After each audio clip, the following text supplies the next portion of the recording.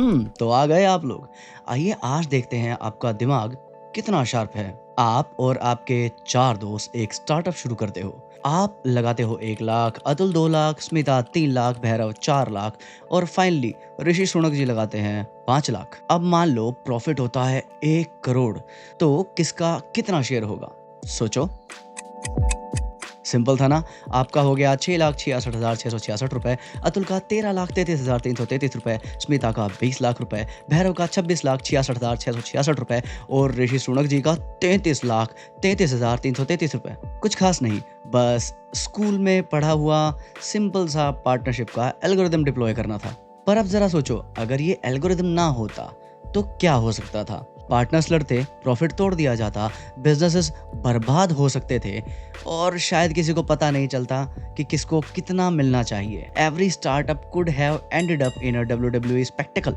मतलब सीधी सी बात है, without this algorithm commerce could have been a chaos। तो आपको इस सब से बचाया किसने? भारतीय गणितज्ञों ने।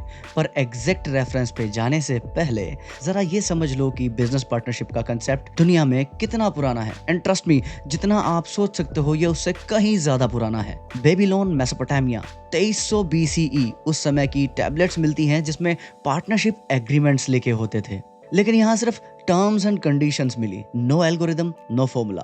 ऐसे ही मनुस्मृति में भी लीगल एथिक्स और रूल्स मिलते हैं फॉर द पार्टनरशिप। तो दुनिया का first proper mathematical algorithm for partnership and shares दिया किसने था? वो थे Aryabhata.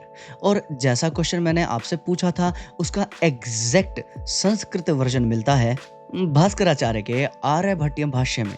Yes, the same 1 2 3 4 5 ratio वाला question with profit distribution. Aryabhatiyam के गणित पद से ये श्लोक आता है, जिस ग्रंथ के आरंभ में आर्यभट्ट कहते हैं, प्रणिपत्येकमनेकं कम सत्याम देवताम परम ब्रह्म आर्यभट्ट स्त्रीणि गृति गणितम काल क्रिया गोलम।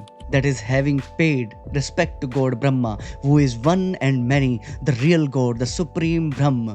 Aryabhat sets forth the three with a Ganita, Kala Kriya and Gola. Shouldn't we all thank him?